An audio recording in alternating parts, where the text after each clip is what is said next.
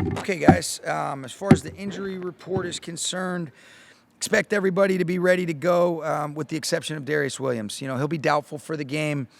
He's done a great job being able to get some individual. The lats, bother him a little bit, and it's more likely than not that he won't be able to play. But you do have confidence in the guys that we're going to be able to ask to step up. If we do that, we'll probably flex somebody up from our practice squad. I won't get into who that would be for us, and then I think Roger McCreary's done a great job, quickly acclimating himself, and he'll be active for the game as well. But Aubrey does such a great job with that room, and Darious is in good spirits. I think he's played really, really good football over the last couple of weeks, really our corners as a whole, and we'll be excited about being able to welcome him back out on the grass. But if he's not able to make it, which is what it's looking like, a lot of confidence in Jacoby Durant to continue to play the way he has, and Emmanuel Forbes, and then, a couple other guys if they're asked to step up. Does the injury look like something that maybe would require an IR stay? It doesn't. No, that's what's good about it, Sarah, is it looks like something that if he's not able to make it, then I would expect next week, for him to be back ready to roll. Is it kind of a range of motion thing for him? What it is it's something kind of in your lat. It's one of those weird spots where if you're just sitting here talking to him and a lot of the movements, you don't necessarily feel it, but some of the block destruction and some of the weird points that you can be in, you leave yourself susceptible to maybe further injuring that. Couple more days, we'll probably allow that to alleviate some of those concerns. And so, I defer to Reggie and our group, and it's just kind of an abnormal deal that you want to be more safe than sorry. But we are hopeful that he'll be ready to go next week if he's not able to make it to Sunday, which is what it's looking like for us. Is Roger McCreary ready to go? What's it been like working with him? Yeah, he's been awesome, Maria. He it's cool, getting a chance to be around him. Certain guys' tape talks to you. You always felt like he would be a good fit. Aubrey had some familiarity with him from coaching him in the Senior Bowl when he was coming out of Auburn. We really liked his inside-outside flex. He's mostly played slot for Tennessee, but he is a stud. He's got a great demeanor about himself. He's got really good movement, short space quickness. He's got good competitive toughness when you watch just the way he plays in contact situations. And so he's been a quick study. I think you still want to be smart of putting guys in successful situations, for what to be expected on such a short week and how quickly he's been here. But we're glad to be able to have him, and looking forward to continuing to build our relationship with him and his familiarity with both playing outside or inside for us. How has Puka looked? Puka's looked good. He's feeling good. And I think what's important, Gary, is his style of play. You want him to feel as good as possible just because of all the different things that we ask of him for his game to fully come to life. He's done a great job working with our group, with Reggie and his group, to be able to get himself back feeling good. Had a little bit of soreness, but that's how he's always feeling. But he looked really good in practice. Got 2 really good work days. He'll get out there today, and we'll list him. I don't even know. He'll be a full participant. I don't know if he's limited or not. I can't keep up with all this stuff, but he'll be ready to roll, and he's looked good. How's Rob looked just after getting a bye week to rest the ankle? It's good. It's great to be able to have Rob back out there. He's a fighter, man, and he battles, and he's got great experience. Just his wisdom, his leadership. And like I've mentioned, Nate, I feel really good about what Warren McClendon has done. Just the maturity, the play, and all that. I think that's a tremendous credit to Warren, but also to Rob. And Rob has looked good. We're glad to be able to have Rob back out there, and I think he's feeling good as well. Sean, how have you watched over time, including in home building, the situational management position evolve and change from being special teams and analytically focused, like maybe in separate buildings, to now those guys since stretch really have been on the field with you guys during practice and in the football side? I think there's, the margins are so small, and we've talked about this before, Jordan. I think, and I'll be honest, there's been some instances where I haven't handled it well, and you start saying, okay, where are the instances where you can improve as a head coach with some of your decision-making or the collaborative decision-making ultimately for our players and for our football team? And, you got to be able to lean into that. And I think, we've done that, but I think really allocating somebody where that's specifically their role and responsibility, like it is for Smash Ball Force, who does a great job. There was other coaches on the staff that kind of had dual roles, but Stretz was really one of the first people to lean into it. And then when you look around the league, every single week you're seeing these teams that handle it really well, that have an intricate understanding of clock management, the importance of saving those timeouts, particularly in the second half. Some of the 4th down decision making. Those are the things where I think there's a balance. The clock management stuff there's pretty straightforward ways of what's right and wrong. You know how I feel. I think that the analytics is really valuable, but it's a tool. There's 22 moving parts, but ultimately it's always about how do we move forward? How do we make sure that we're self-aware enough to be able to learn from our mistakes?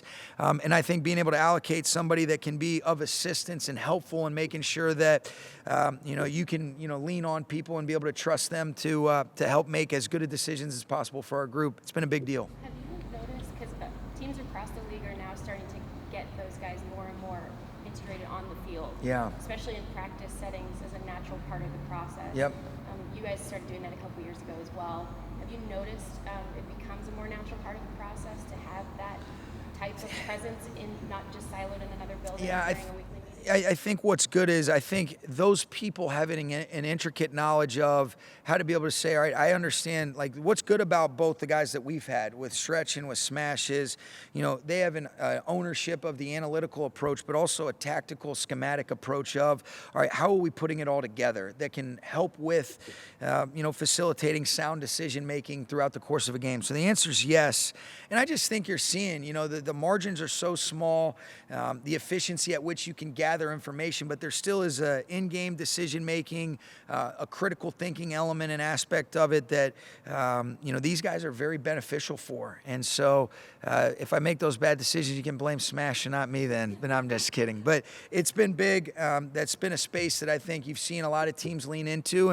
And every single Friday, and I know you know this, we're going through, situational masters where, hey, what are the examples around the league where we can learn from if we would maybe do it differently, or where is great illustrations of guys handling it well. And usually year in and year out, when you're showing the teams that consistently show up of doing it right, those are the teams that gives themselves a chance to play late into January and potentially into February. So it's super important. Shaun, 3 years ago, you guys claimed Baker Mayfield off waivers. Very 48 hours he played in the game. What do you remember about that stretch and what you learned about him during that What time? makes you ask about that? You doing a story on that? See him in a couple weeks? Yeah. Oh, so you're getting ahead, huh? You're really, I don't even know when we play them. You know what I remember is how intentional he was and how smart he was to be able to quickly learn some of those different things. And, this guy is a mentally tough dude, loves competing. He's been through a lot of different experiences. And I think the coolest thing about him, whether you go back to Texas Tech, Oklahoma, Cleveland, Carolina, Tampa, here, he doesn't change. Supremely secure in himself. I'm really happy for all the success that he's had, but I'd be lying to you if I said I was surprised. He's an igniter, and you could just feel that there was something.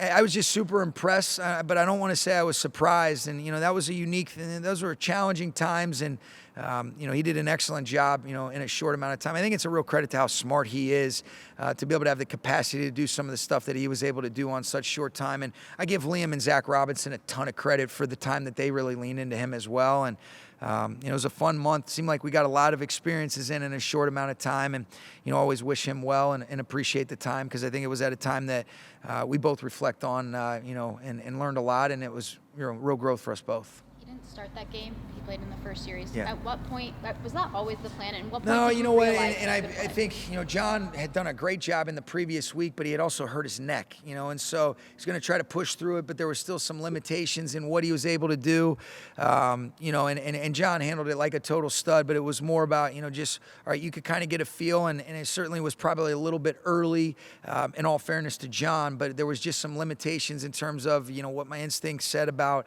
what we might need to do to be able to push the ball down the field, and John could do that. He just wasn't able to do that with just some of the limitations with the neck injury that he sustained in the previous week. When did you realize? At what point did you realize Baker was capable of playing in that game? It was all such a blur, Sarah. But his first pass, we ran kind of like a 3-level, throw with a slot combination, and just the feel that he had to put it where he did on Van Jefferson, he's just kind of out there playing. And I think sometimes when you're just totally and completely present, immersed in the moment, there's a beautiful thing that can come of that. And, you're not necessarily overthinking things. And I think, the power of the mind is real. And he did a great job that night.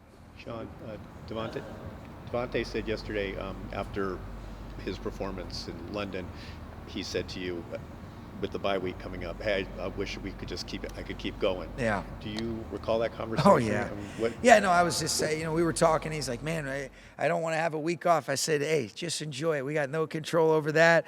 Enjoy your beautiful family. And, he was able to do that. But I think sometimes, when you feel like you got some good momentum going, but expect him to be able to continue that momentum. He's had a great week. He and Matthew, it's really cool just to watch that organically unfold, where there's a comfort in terms of their dialogue, their discussion. You're talking about two great players continuously getting on the same page.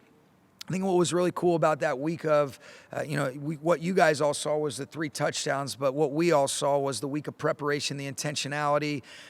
We always talk about practice, preparation, and performance equaling game reality, and that was truly on display, really from our group as a whole, but especially for some of the cool things that you witnessed. Because the other 2 completions that he had, it's a great bench cut, that he and Matthew connected on when the weather was, you couldn't really appreciate it from the TV, but it started to rain again. You're in the high fringe on a 2nd and 10, and then another play action that he hit, on kind of like a deep curl route on the inside edge of the numbers that was, a big catch. And he drew a bunch of PIs too, so he's been awesome. And I do recall that conversation, but here we are. This is all we can control, and expect him to be able to have a good week.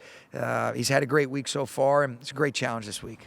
Coach, if the defense was a Halloween movie, which one would it be? Oh, man. I think if they were a character, it'd be Michael Myers, or Freddy Krueger, because they would scare the out of me if I had to play against them.